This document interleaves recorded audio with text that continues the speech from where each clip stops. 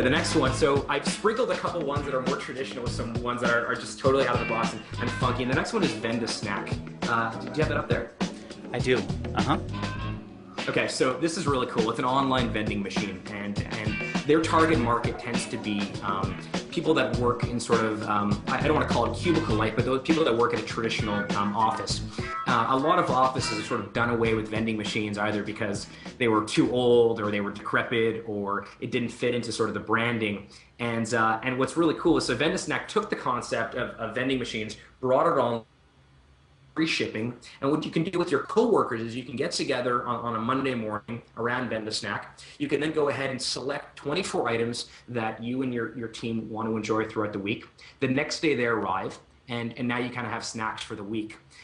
So what they did was they took a traditional model and they moved it online, and they created a wow factor.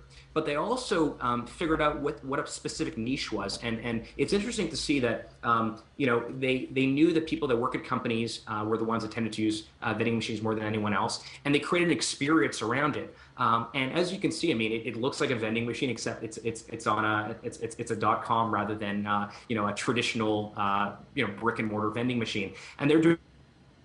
I mean, these guys are totally thinking outside the box, and they're taking something that people know and like and understand and adding a new sort of Web 2.0 twist onto it.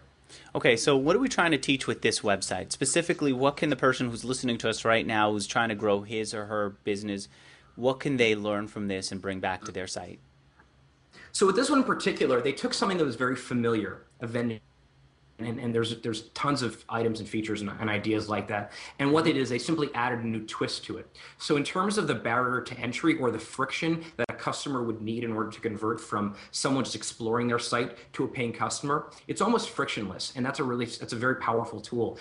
It's $24. There's no shipping. It's not really a big life-changing decision. And what I like most is the fact that they could have presented this a number of ways, but by presenting it in a way that people are already familiar with, i.e. in a vending machine type format, all of a sudden it's familiar to you. You've never even been to the site, but you recognize right away that there's something that is I see. Okay, so the big takeaway from this, and the reason we're showing this, is we want our audience of e-commerce founders and e-commerce builders to think about how can they present their products in a way that people are already familiar with. Instead of saying we're selling snacks, think about a vending machine as the analogy that you're going to use, for example. Right, and so exactly, and rather than just putting a bunch of snacks on some sort of generic website, they sort of took a concept and moved it onto the online sphere. Very, very smart. They're doing very, very well, and not to mention, I mean, it's really a cool idea. It's very funky.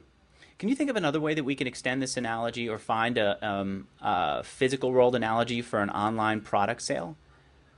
Absolutely. So one of the things that and this is. We'll get into this a little bit later on, but one of the things that we're going to talk about a cookbook in particular, a cookbook website that I really like later on in the show. But in terms of a cookbook, what you tend to do is you tend to buy cookbooks for people. It's a gift. You tend not to, I mean, at least I don't buy cookbooks for myself. I tend to buy it as gifts for other people. And often what you do is in the cookbook realm, you go into a bookstore and you browse and peruse and find something, you see a cookbook that talks about, moms on the go, and then you go ahead and you buy it for, you buy it for a mom on the go that you know.